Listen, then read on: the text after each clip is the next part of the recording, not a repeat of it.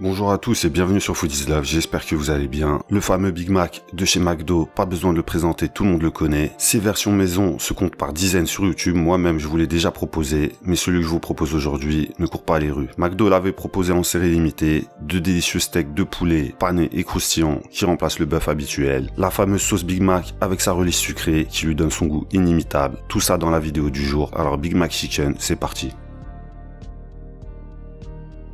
Et je vais tout d'abord commencer par vous montrer comment préparer deux délicieux steaks de poulet panés très croustillants. Pour deux steaks de poulet, il faudra compter 200 g de poitrine de volaille, que je vais détailler grossièrement pour pouvoir en faire de la viande hachée. Si le cœur vous en dit, vous pourrez remplacer la poitrine par de la cuisse ou faire un mélange des deux pour un steak encore plus gourmand. Pour cela, je vais m'aider du hachoir à viande de mon robot. Vous n'êtes pas obligé d'avoir le même équipement que le mien, tout type de hachoir électrique fera l'affaire.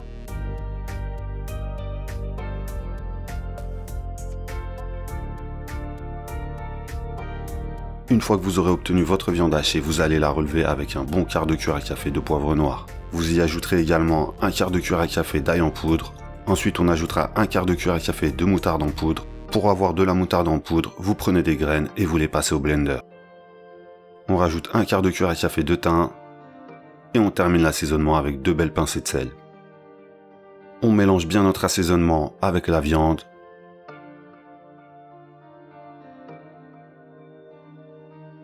Et on va pouvoir diviser celle-ci en 2 parts égales, à l'aide d'une balance électronique ou à l'aide du pifomètre.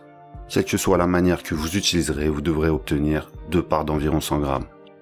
À partir de là, vous pourrez leur donner la forme de steaks de poulet qui auront le diamètre de vos pains burgers. On utilisera une feuille de papier cuisson pour faciliter la manipulation, mais également un peu d'eau pour se mouiller les mains afin d'éviter que la viande ne colle. Une fois nos précieux steaks venus au monde, on va pouvoir les emballer et les envoyer au congélateur pour les faire durcir. Cette étape du durcissement sera importante pour leur prochaine mutation. 1 heure au congélateur devrait suffire. Pendant ce temps-là, on ne va pas se tourner les pouces, mais on va plutôt s'affairer à préparer la sauce Big Mac. Pour cela, on va commencer par préparer une mayonnaise en cassant un œuf dans un verre. On ajoutera également une cuillère à soupe d'huile à goût neutre, huile de tournesol, de colza ou d'avocat, une cuillère à soupe de jus de citron, jaune ou vert, une pincée de poivre et un quart de cuillère à café de sel. On va pouvoir commencer à émulsionner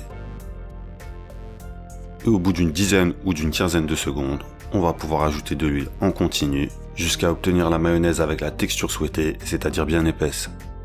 Ainsi, avec un œuf complet, vous devriez obtenir entre 100 et 130 g de mayonnaise. Parfaitement ce qu'il nous faut pour réaliser notre sauce Big Mac. Vous récupérez la mayonnaise dans un bol.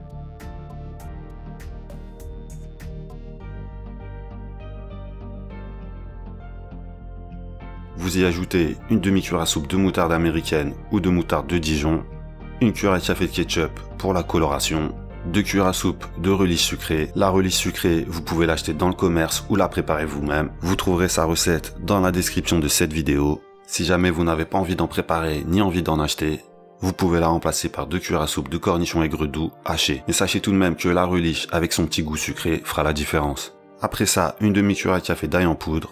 Ensuite, il faudra ajouter une demi-cuillère à soupe de vinaigre blanc que moi je vais remplacer par une demi-cuillère à soupe d'eau de cornichon aigre doux.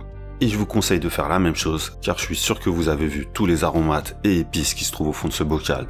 Et pour l'oignon en poudre, je l'ai également remplacé par une cuillère à café d'oignons frits émiettés. Vous mélangez bien.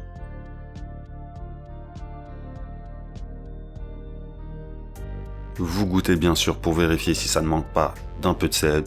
Et super sauce Big Mac maison est prête. Direction le frigo, pendant qu'on continue les hostilités. Hostilités qui vont consister à préparer quelques sweet onions, des oignons sucrés. Pour cela, il va falloir hacher très finement un oignon jaune.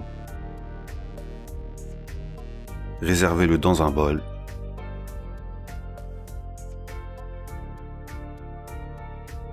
Saupoudrez-y une demi-cuillère à soupe de sucre en poudre. Recouvrez-les avec de l'eau bouillante.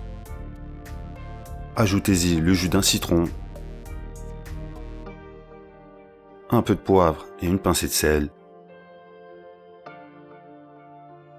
Vous mélangez et vous laissez vos oignons refroidir.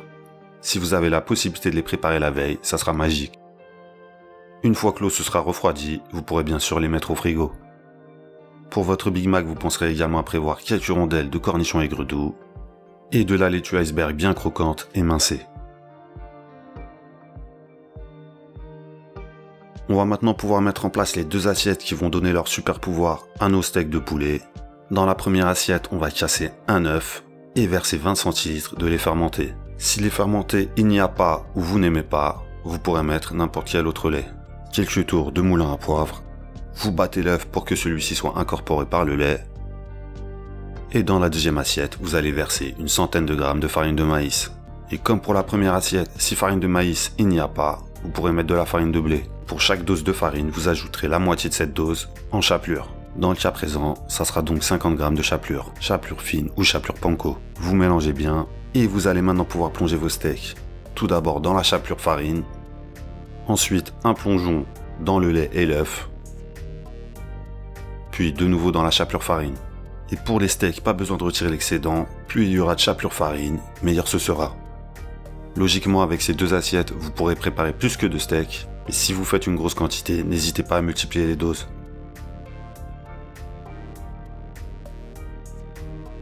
Maintenant, on va pouvoir faire paner nos steaks. Pour ma part, juste avant, je vais faire toaster mon pain burger, pour des raisons de logistique. Bien sûr, chez vous, vous pourrez le faire toaster à la dernière minute, pour un pain fraîchement chaud.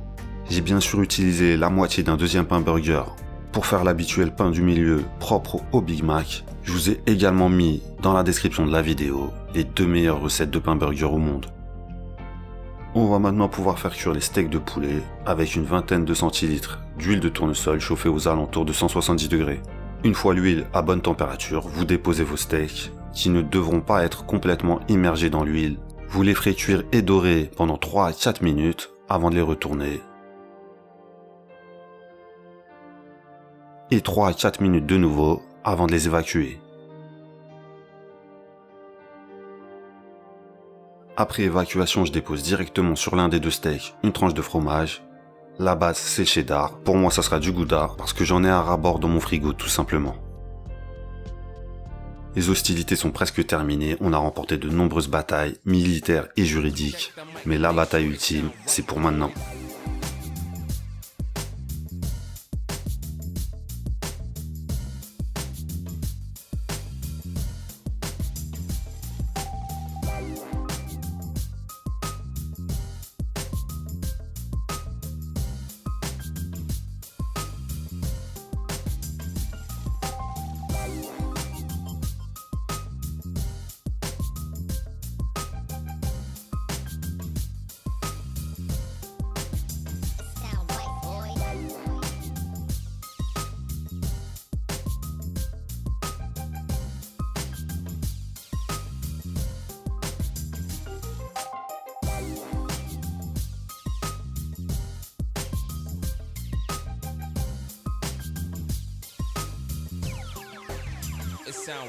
C'était le Big Mac sous sa forme chicken. J'espère que vous avez passé un bon moment en visionnant sa conception.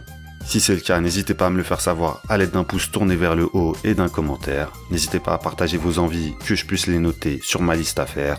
Et il ne me reste plus qu'à vous dire à la prochaine vidéo pour une nouvelle recette. Ciao!